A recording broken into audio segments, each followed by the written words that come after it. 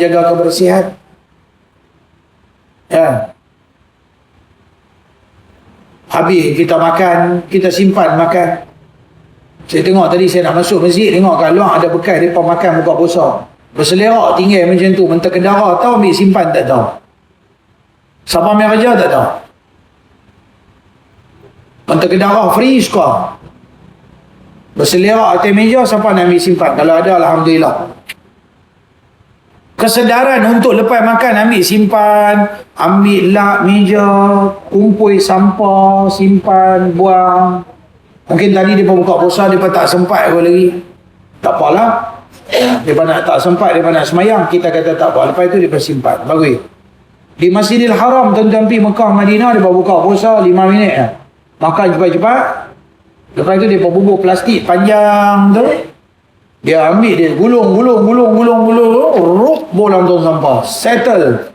Apa ada dalam tu, orang kena makan bagi habis. Orang kita, tambah hari Jumaat. Mereka beli pisang, mereka main bubur di masjid. Orang yang makan pisang, dia buang pisang macam mana? Dia buang macam tu ya. Kadang-kadang dia tiba plastik ni, dia buang tu, dia tak bagi masuk dalam plastik, jatuh ke tepi. Kalau ada orang pijak, kalau jatuh terlentang macam mana? Hang yang kepala otak, hang fikir hang yang nak mentah ke darah. Orang lain jatuh tersembam mati ke apa ke, ada fikir? Tak ada kesedaran lah. Dia semua tak ada akal yang memang. Dia fikir perut dia ya, makan free dia mau. Makan free dia mau, ambil simpan semua dia tak mau. Nak cuci-cuci semua dia tak mau. Kesedaran. Main masjid, main surau, orang bagi makan, habis makan, masing-masing punya pinggan, pi cuci. Kecuali Tok Siak tu kata, letak dalam besen saja lah, nanti saya cuci. Tak apalah. Lagi ada orang nak cuci, tak apa. Tapi kalau tak ada siapa bagi tahu, makan punya, habis basuh. Tapi kalau kita rasa susah je ni, lah ni orang malas nak basuh-basuh, orang pakai pinggan plastik. Habis-habis makan dengan pinggan plastik, garpu camca plastik, lempak terus masuk dalam tong sampah. Nanti tong sampah ikat, ambil simpan, buang dulu tu. Ya. Senang. Kesedaran untuk menjaga kebersihan. Kan? Kesedaran untuk menjaga kebersihan. Baik di masjid. Mengotori masjid, hukum dia haram. Maksud dalam masjid tempat semayang ni, jangan bagi kotor. Sebagai contohnya, tuan-tuan korek ti hidung. Siapa dalam hidup dia tak korek ti hidung? Mungkin dia rasa sesuatu, dia korek ti hidung. Ti hidung tu lagi, ti hidung tu tadi, yang hang ambil bawa keluar pada ambil hidung tu, hang nak gelintir-gelintir, hang nak tembak pergi mana?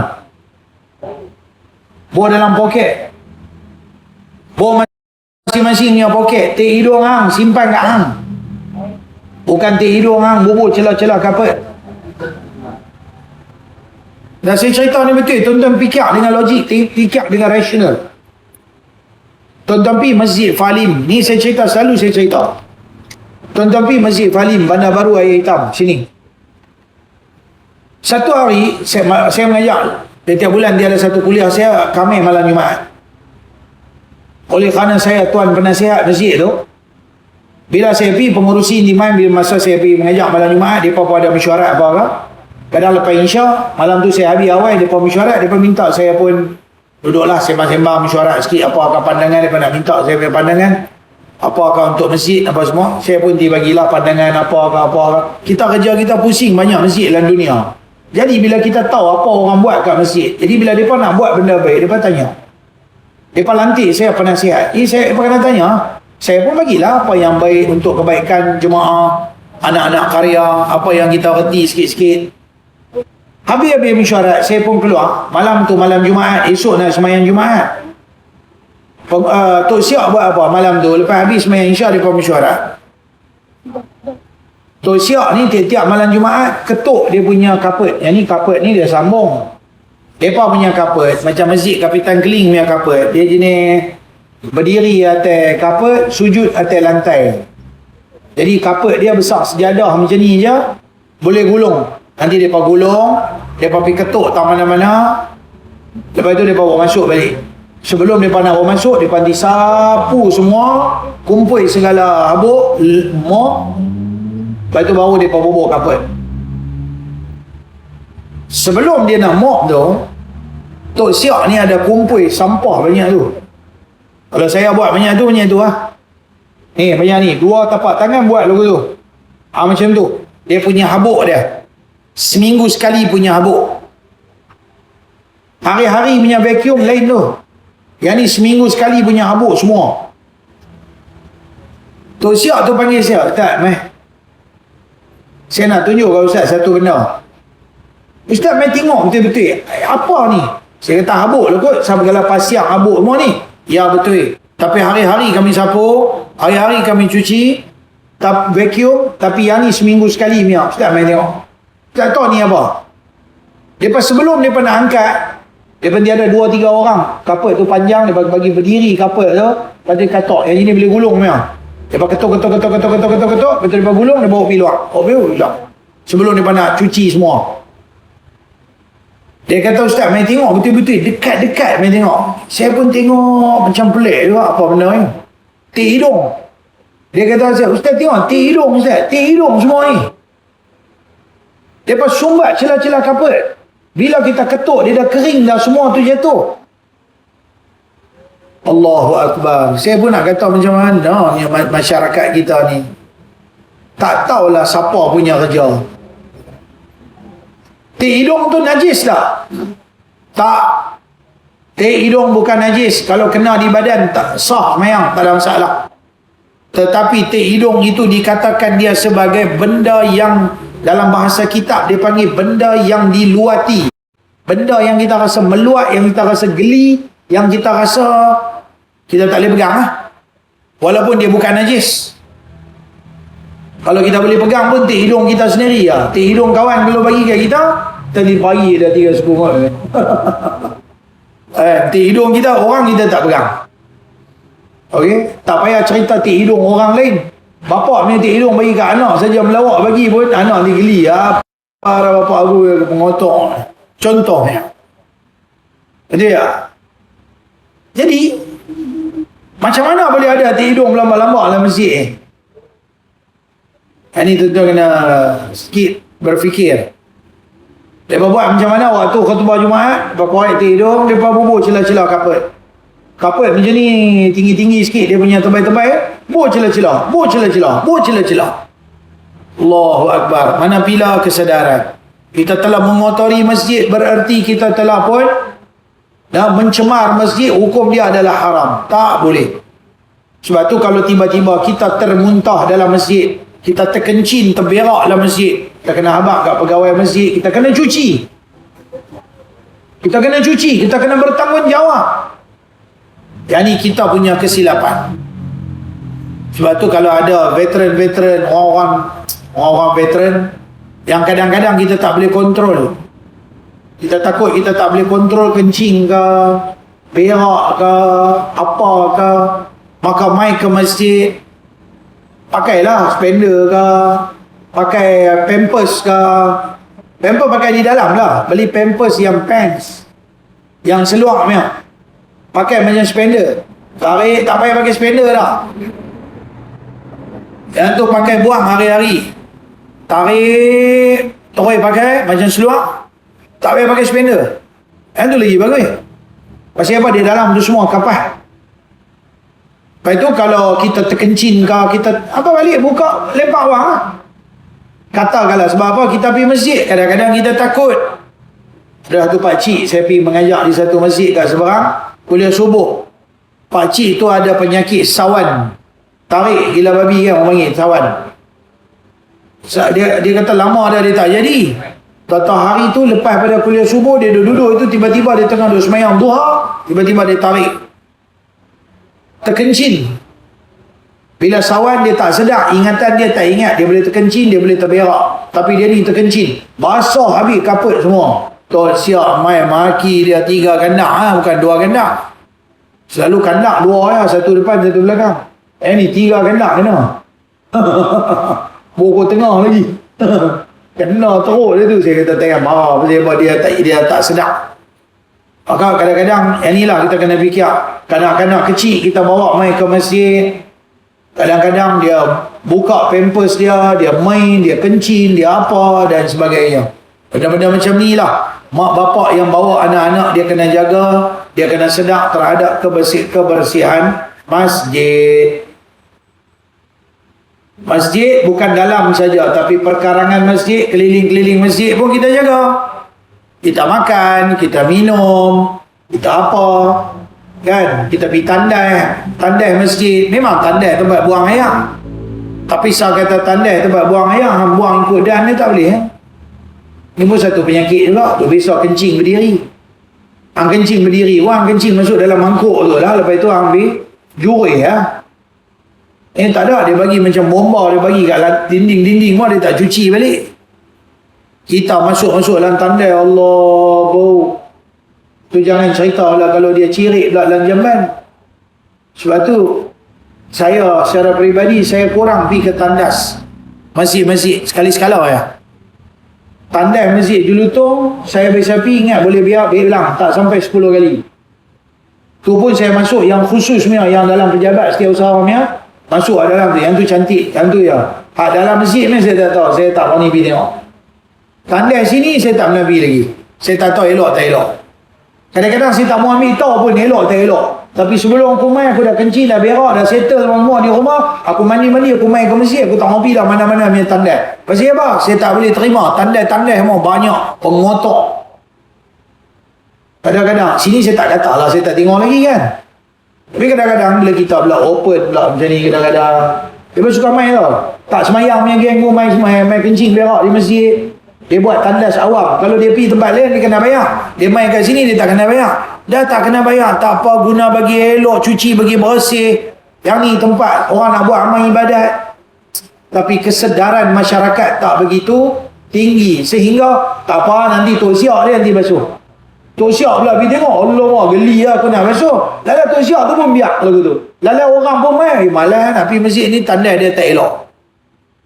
Maka ada beberapa masjid kita tengok, mereka bagi tandas dia bersih, buat bagi elok, dapat bintang, dapat markah, dapat apa daripada pejabat agama, dan menunjuk kata mereka ni jaga kebersihan. Bagus ya. Kita pun macam tu lah. InsyaAllah masjid Julutong yang baru ni nanti mungkin elok lah kot kan, lebih cantik, lebih bersih, jaga waktu-waktu lain daripada waktu semayang. Kalau boleh kita nak buka pun, kita buka satu tandas lah.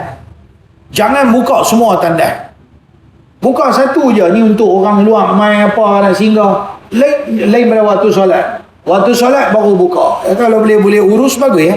Pasal apa? Kita buka open lagu tu. Alamak. Masjid tepi jalan jadi tandas awam lah. Jadi tandas awam lah. Bagaimana dia singgah? Dia bukan singgah semayang. Dia singgah untuk pergi toilet ya. Dia tak jaga kebersihan.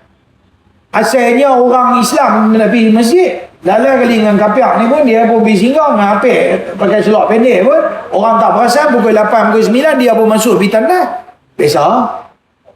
Apik dia biasa berak calik dia pun satu macam yang calik limpak ni. Siapa dapat nama busuk? Orang Islam. Kalau tanya saya tak bagi. Sekali saya pergi tandas belah Tanjung, ada satu kedai apik lah, dia beli perabot tu. Saya kata, terkencing sana kan. Saya kata kat perempuan tu, tak toilet lah. Saya masuk toilet. Paip air, ada tisu.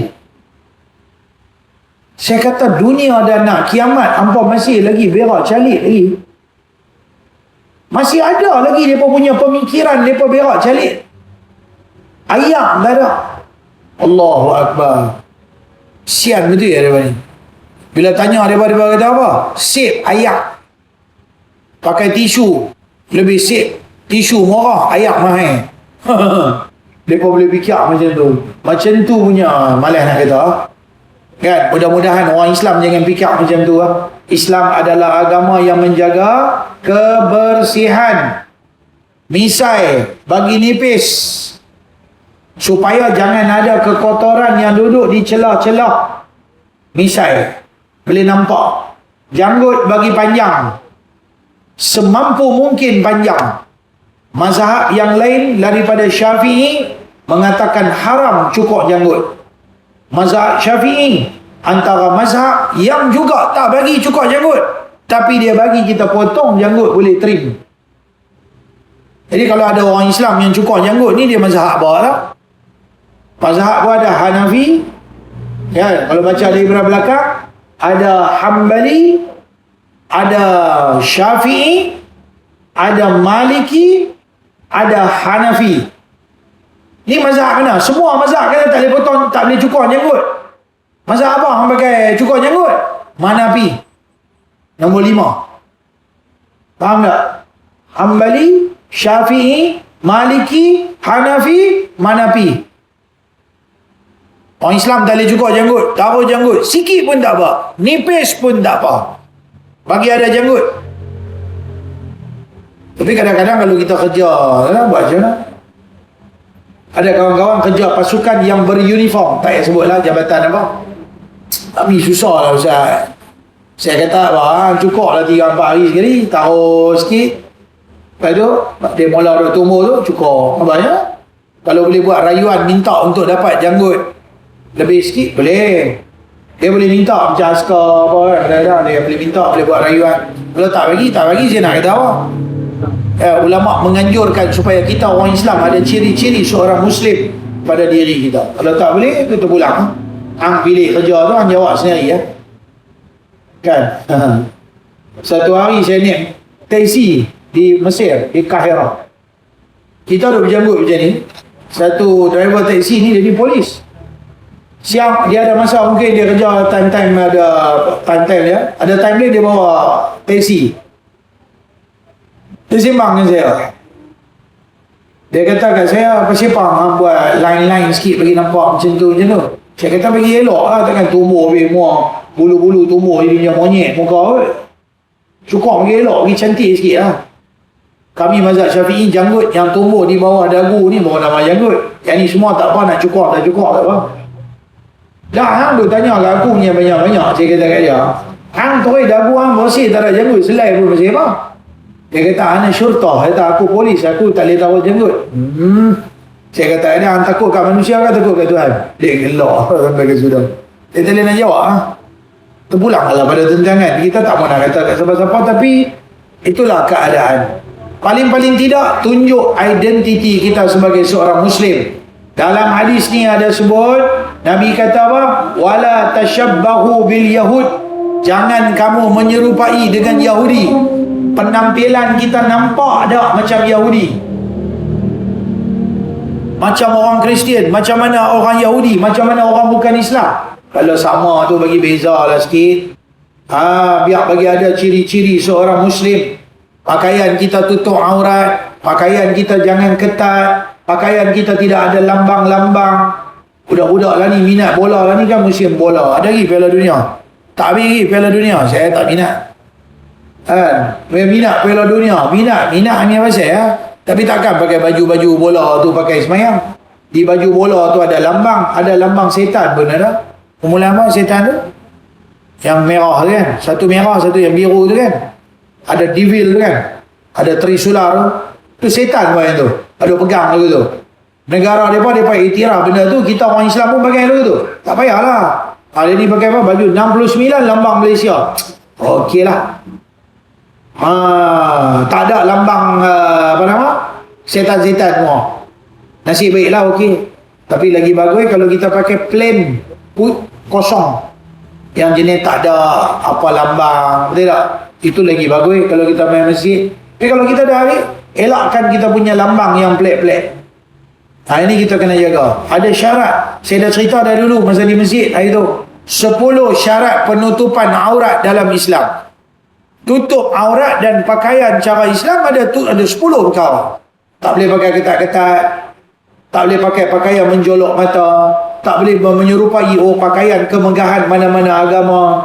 Kalau kita tengok mana-mana pendeta-pendeta agama, mereka suka pakai logo tu lain pada Islam, dia tak boleh menyerupai mereka. Pakaian resmi kepada mana-mana negara agama kita tak boleh tiru. Pakaian kena tutup aurat, pakai kena longgar, pakai kena tebal, tak boleh nipis, pakai tak boleh ada lambang, tak boleh ada bau-bau yang boleh menarik minat orang lawan jenis. Laki pakai minyak wangi boleh menarik minat perempuan, perempuan pakai minyak wangi boleh menarik minat lelaki. Bahaya ni semua. Pakaian-pakaian yang tidak dibenarkan dalam Islam. Yang best ya, lama dah kita di negara kita ni, orang semua duk pakai tutup aurat elok dah, pakai seluar panjang. Belakang-belakang ni saya tengok anak-anak muda semua duk pakai balik dah seluar pendek. Budak-budak sekolah-sekolah menengah semua duk pakai balik dah seluar pendek. Kadang-kadang duduk kan di taman-taman, kadang-kadang kita tengok di mana-mana kedai-kedai makan, main makan di kedai makan pakai seluar pendek tanpa segan silu. Seluar pendek budak Melayu. Kita tengok dalam 20 tahun yang telah lalu semua dah mula dah orang tak pakai dah seluar pendek semua. Perempuan banyak pakai tudung. Lah ni banyak dah perempuan duk buka balik tudung, semua kepala dah goyang balik dah.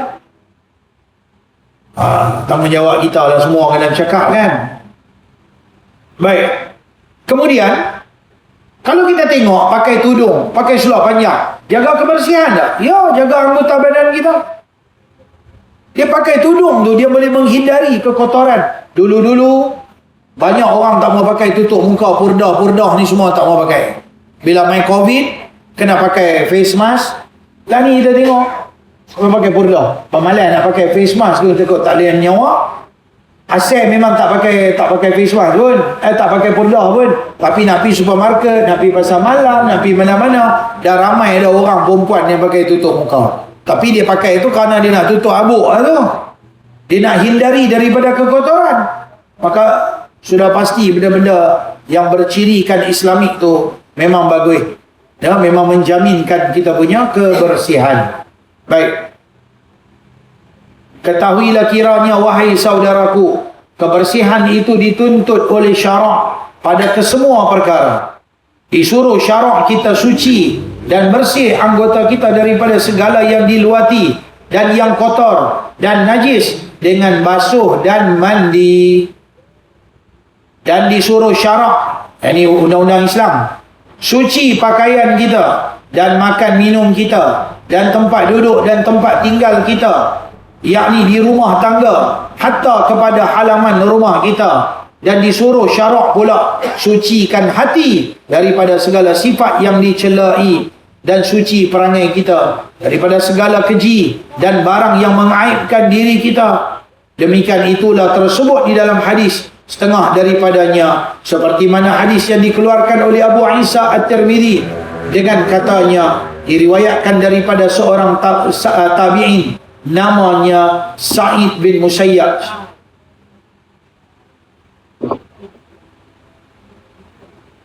Berkata ia bahwasanya Allah Ta'ala itu baik, suka ia akan orang yang baik. Allah Ta'ala itu bersifat ia dengan sifat kesempurnaan, maka suka ia akan sekalian bersifat dengan sifat yang terpuji, iaitu berperangai dengan perangai yang baik.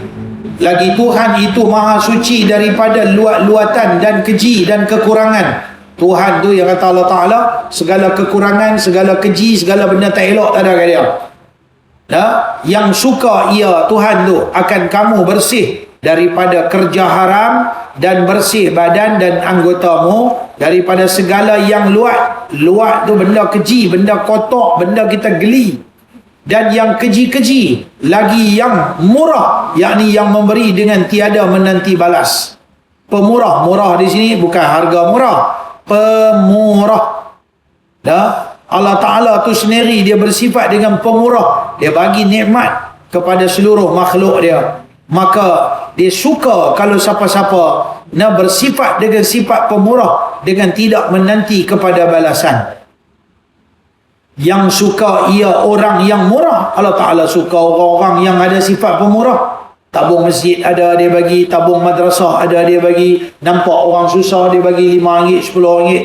Dan yang suka bersedekah, lagi yang sangat limpah kurnianya, tidak ia, yakni Tuhan, tahan nikmatnya dengan sebab derhaka hambanya. Walaupun kita derhaka pada Tuhan, dia bagi kita makan, dia bagi kita minum, dia bagi kita tidur, dia bagi kat kita macam-macam nikmat. Tuhan yang suka hamba-hambanya yang suka menderma. Lalu sabda Nabi SAW, maka bersihkan oleh sekalian kamu.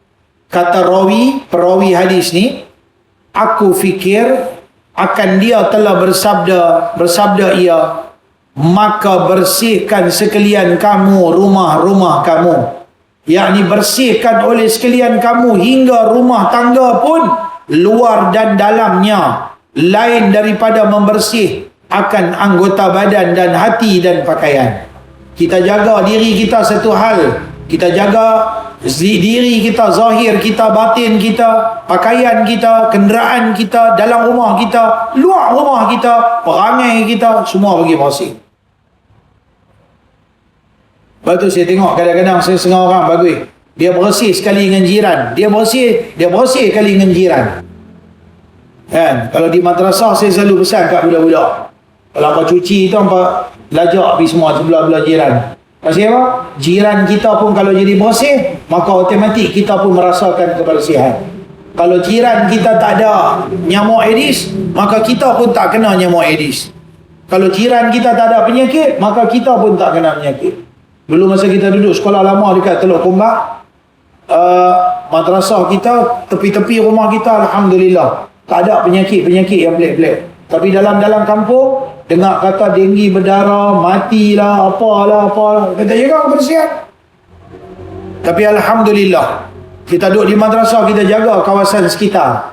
Maka tepi-tepi dekat kawasan-kawasan, nak jaga semua kampung je kan? Kita jagalah kawasan tepi-tepi rumah-rumah kita. Kalau kita sapu tu, kita sapu sekali dengan jiran rumah kita. Maka dia bersih, kita pun bersih.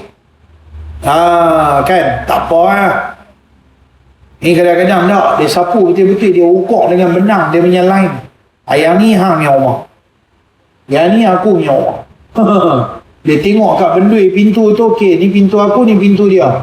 Jadi ni tengah-tengah. Dia ambil betul-betul, cukup-cukup line dia, sapu. Amboi. Sampai teratur. Sampai kalau kita lalu lalang, nampak sini bekas sapu, sini tak sapu. Apa salahnya kalau kita sapu? Sebelah rumah saya apik Cina. Kalau saya sapu kali dengan rumah dia. Kalau saya sapu sekali. Kalau saya jurui sekali depan rumah dia. Bersih. Dia keluar apik, saya cuci sekali ya. Okey. Okey ya.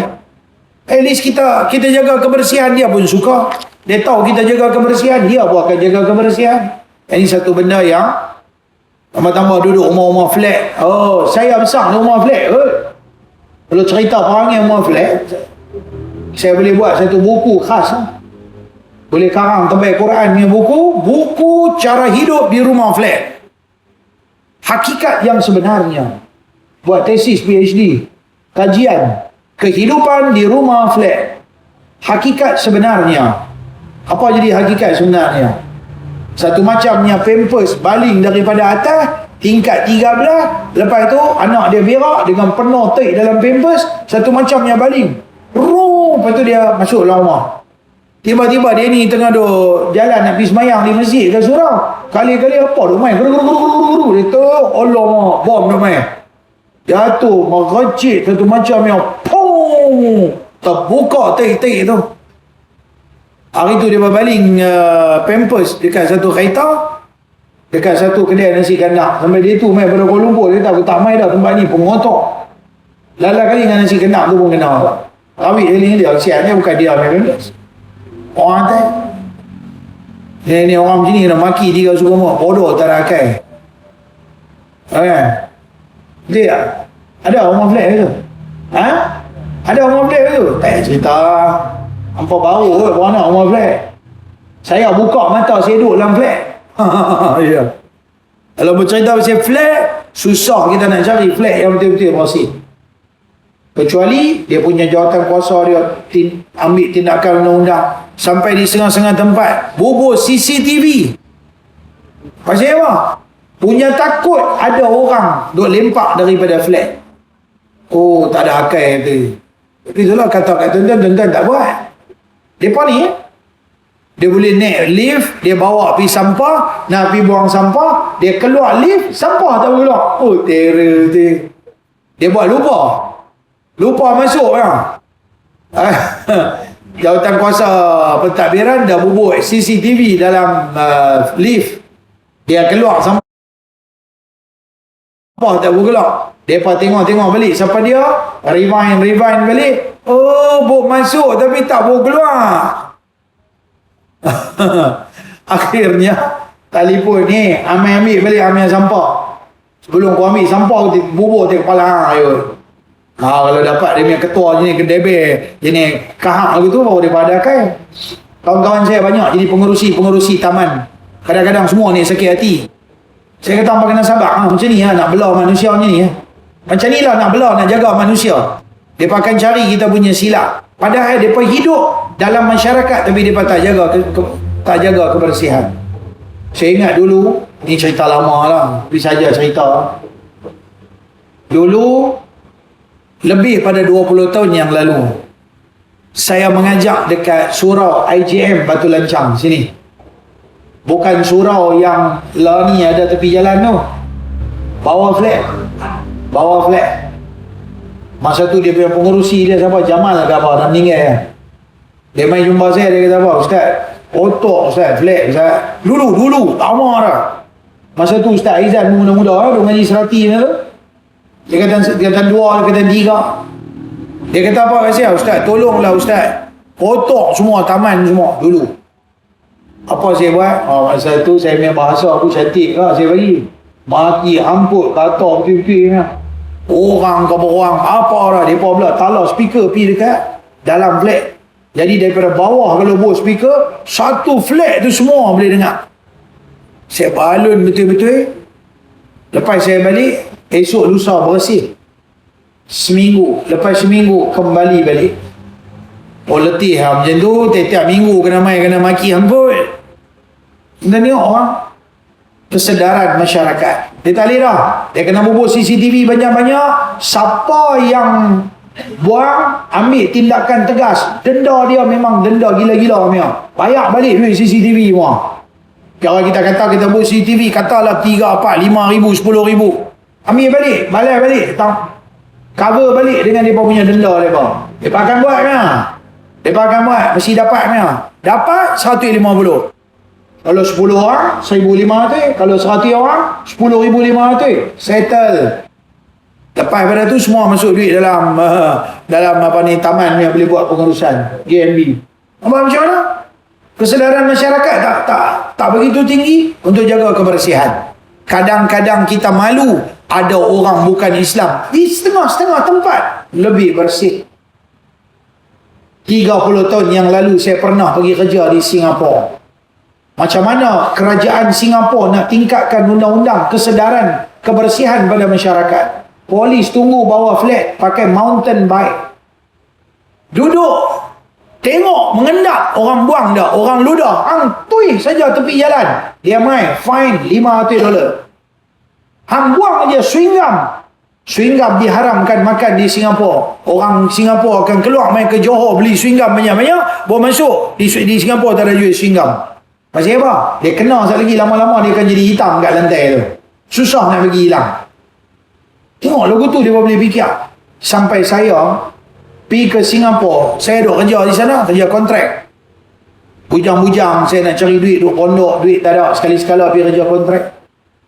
Kita duduk keluar ni, tepi-tepi jalan ni, tengah-tengah jalan, pemisah ni, jalan dari sana, jalan dari sini. Tengah-tengah jalan ni, tanam pokok memplam. Nah, buah, nala-nala yang memplam. Jangan ambil sebiji, fine $500. Kita dah tengok membazir, buang saja jatuh. Dah, mantap baik takut. Sagi malam ni timai dia dicuci jalan ni. Dia dikutik semua tu. Jangan ambil. Dapat yang ambil $500. Kadang-kadang kita kata macam, tak ada siapa tahu. CCTV mereka ada banyak. Poli-poli mereka mengendap ke tepi-tepi tu. Tunggu siapa buat salah. Macam tu mereka ajak undang-undang pada masyarakat mereka. Masya Allah. Negeri mereka bersih. Kita pun nak buat rumah lagu tu dah ni. Kenapa lagu tu? Mereka dah buat lagu tu lah. Lempak ikut dan orang bagi menjaga tepi jalan, hantar reti jaga kebersihan. Lalah kali kerajaan kita apa? Menjaga tepi jalan semua jadi kotor, apabila masuk duduk dalam food court jaga kebersihan. Saya tak mau nak bela siapa-siapa, tapi saya kata orang Islam kena jaga kebersihan. Walaupun kita ni orang panggil, tak ada lah kita ni, kita punya orang pula mama-mama, orang keturunan India Muslim, walaupun kita kulit kita gelap, walaupun kita ni bukan orang senang, pakai baju semua lama-lama punya baju, tapi di mana kita duduk kita jaga kebersihan, jaga kuku kita bagi bersih, jaga tubuh badan kita bagi bersih, jaga kita punya penampilan, pakaian kita, tempat duduk kita, jaga bagi bersih. Tuan-tuan main sekolah saya, Allah, macam orang gila hari-hari saya dikhiau kat madrasah. Penyapu siapa itu?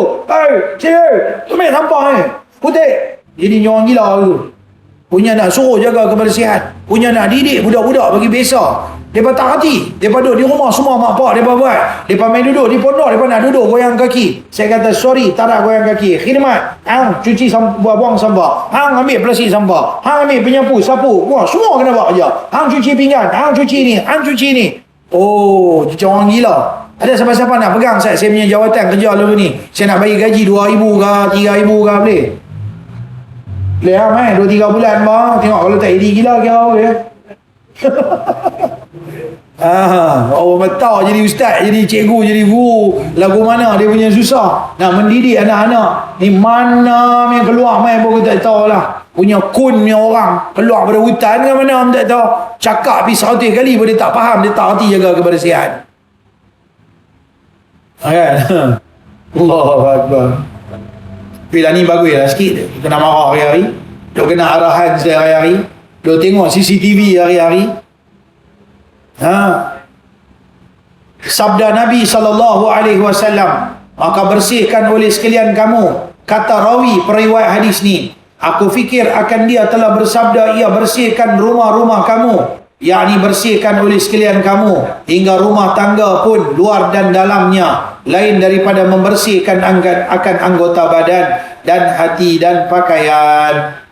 Dan jangan kamu sekalian kamu menyerupai akan Yahudi, maka Yahudi itu kotor dirinya dan hatinya dan pakaiannya hingga rumah tangganya. Saya ingat Yahudi zaman dulu lah kot.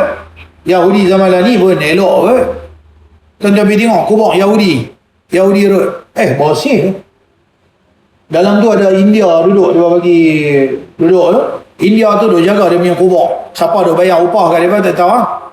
Tapi pergi tengok, dan ni tukang jalan Zainal Abidin, yalah kat rumah Saplek 100 tu.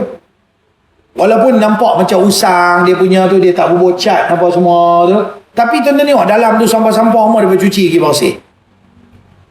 Okay, ni pun saya timbul satu masalah. Orang-orang Islam pergi kerja cuci kubur Yahudi, kerja cuci kubur Kristian. Apa hukum dia? Kalau boleh elak-elak Mana tahu kerja majlis bandaran kan, pergi bagi tahu saya tabligh, saya orang Islam, nak bersih kubur-kubur ni semua, suruh orang bangsa dia buat, bagi saya tempat lain. Jangan nak buat betul pula. Negeri kita yang tercinta ni ada macam-macam kubur ada sini tau. Macam-macam agama ada dalam ni. Kubur Kristian ada, orang Kristian ada, kubur Yahudi ada, kubur Syiah ada. Tak mana kubur Syiah? Anda kubur Syiah? Lah. Tepi ni aku dah lah. Semana yang baru Tanjung pun tak tahu apa. Depan Masjid Wan Cik Arifin tak tahu. Depan tu kita tak pasal tu lah. Syiah tu. Syiah ke kau dia ni? Syiah. Alah depan kedai makan tu. Hari tu kita pergi makan. Makan-makan ni orang normal pun. Ni lah kubur Syiah. Oh, ada juga. Macam-macam, memang dalca betul lah negeri ni. Semua ada. Betul lah. Semua ada. Jaga-jaga. Patutlah macam-macam pahaman ada dalam negeri kita ni. Lihat, macam-macam pahaman ada. Pasal agama macam-macam dia ada. Bahai ada. Bahai Center ada. Green Lane satu. Gotrip Road satu. Kan? Bahai ada. Apa agama tak ada dalam Pulau Pinang ni. Macam-macam ada. Jadi, kena jaga bagi elok. Hasil pergaulan kita dengan orang ramai, kita khawatir kita punya akidah boleh rosak. Jadi, kena belajar lah akidah Islam tu. Okey, sambung sekali lagi. Kata Sa'id bin Al-Musayyab, maka aku sebutkan hadis tersebut itu bagi seorang yang bernama Muhajir bin Mismar. Lalu katanya, telah bercerita akan dia padaku oleh anak seorang sahabat Nabi.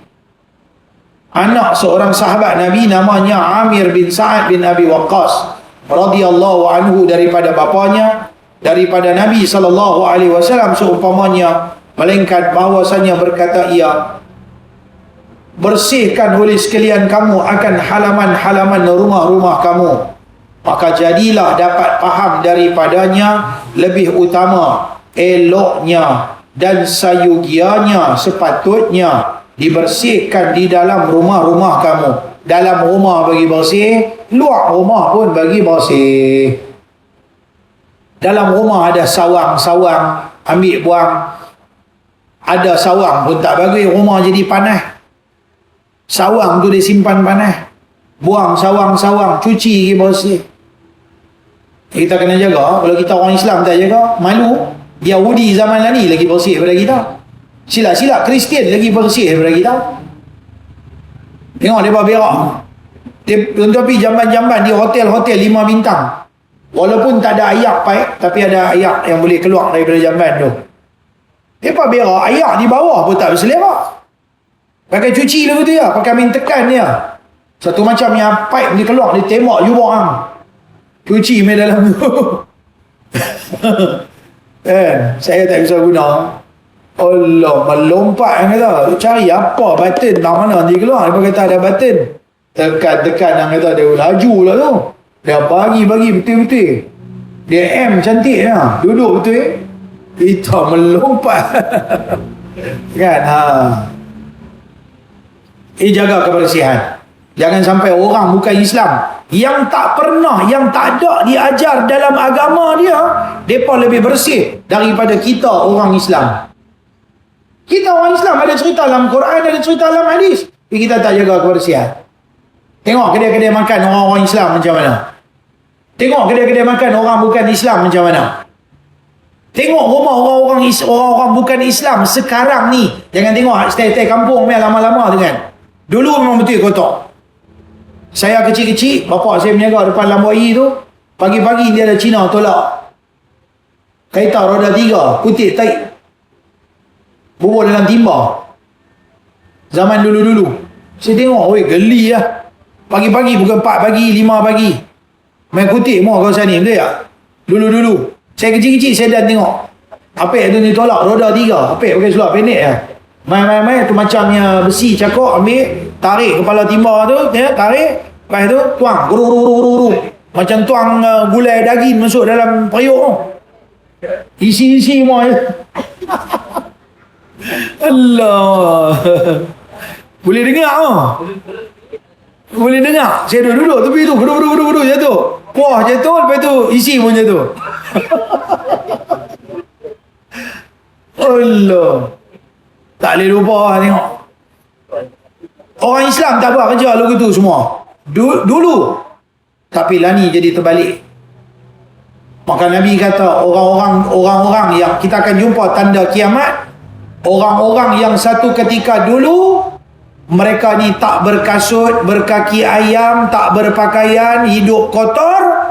Lah ni mereka hidup berlumba-lumba membuat bangunan mencakar langit. Betul tak Nabi kita? Dulu segala mereka kapiak ni punya pengotok ya Rabbi.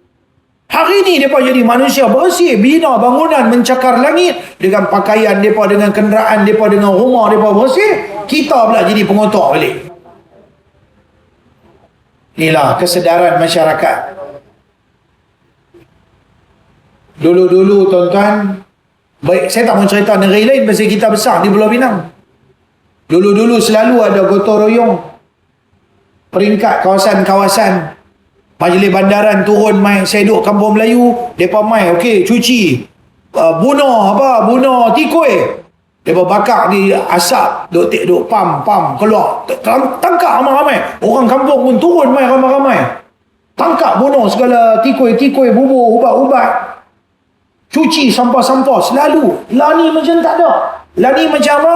Segala kebersihan serah kat majlis bandaran, serah dekat pihak-pihak tertentu. Orang ramai semua tak ambil tahu langsung pasal kebersihan. Sepatutnya ke depan saya boleh lontarkan idea saja. Maka benda ni saya bukan duk cakap kat tuan-tuan, dalam ni pun duk cakap ni, mau ramai orang duk dengar. TikTok ada ramai ni, kelas online saya ada ramai, semua duk dengar. supaya kita sampaikan maklumat ni. Dulu ada rukun tetangga. Ada rukun tetangga. Jaga-jaga kawasan, jaga-jaga malam. Ada lagi sikit-sikit lah ada.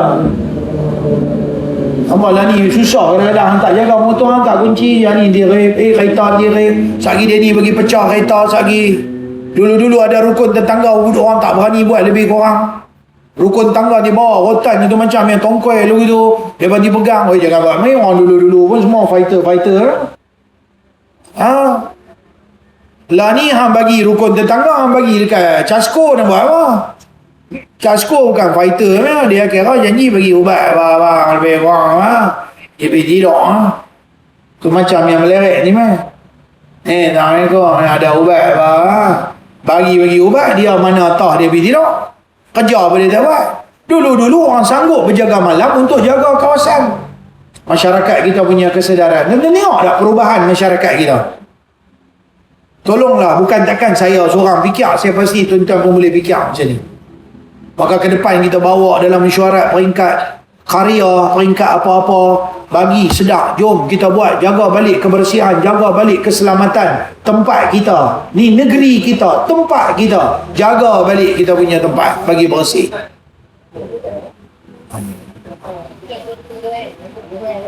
Kesedaran masyarakat boleh faham benda ni, pihak-pihak berkuasa bertanggung, tambah lagi, insya-Allah elok. Okey tuan-tuan, insya-Allah siri akan datang kita akan sambung dengan bab yang ke-95, bab ma jaa fil istitari indal jima'.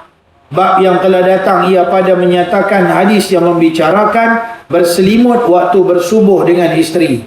Tengok kitab cerita. Bulan depan pula cerita. Lah ni pula passion macam mana? Ambil video dia dengan isteri dia, itu tunjuk orang. Toleransi habis, semua lingkup anak-anak. Semua pasal apa ni pasal setan himbun ni. Satu macamnya passion. Nanti insya-Allah bulan depan kita cerita lagi. Banyak lagi. Tu hadis yang membicarakan hukum masuk hammam, masuk tandai, masuk tempat kolam air panas. Tuan-tuan pergi kolam air panas di satu tempat belah Kedah, saya tak mau sebut. Dulu lah ni saya tak pastilah, saya pun tak pergi lama dah. Saya pun pergi lah dengan kawan-kawan. Dulu lah. Awal-awal saya balik pada Kedah dulu. Saya kawan-kawan kata, "Ustaz, jom pergi mandi air panas." Pergi nak mandi air panas. Bau wak air panas tu. Bau hancing. Dia pergi rendam masuk dalam tu, dia lepas mana dalam tu. Saya tak gamak nak masuk. Hancing, kencing lah tu. Main dengan perempuan-perempuan siam lah, apalah, duduk masuk dalam tu, pakai kain ketang ke dada. Allahu Akbar. Ini insya-Allah siri akan datang kita akan cerita bab-bab yang berkaitan. Wallahu alam. Lipat sikit pada muka surat 325 bab yang ke-95. Wallahu a'lam. Bismillahirrahmanirrahim. Alhamdulillahirabbil alamin. Wassalatu wassalamu ala asyrafil anbiya'i wal mursalin wa ala alihi wa sahbihi ajma'in. Allahumma zidna ilman nafi'a wa rizqan halalan wasi'an mubarakan fihi wa amalan mutaqabbalan. Allahumma allimna ma yanfa'una وانفعنا بما علمتنا وزدنا علما. اللهم ربنا آتنا في الدنيا حسنة وفي الآخرة حسنة وقنا عذاب النار. صلى الله وسلم عليه والحمد لله رب العالمين. Jumpa lagi. Assalamualaikum warahmatullahi wabarakatuh.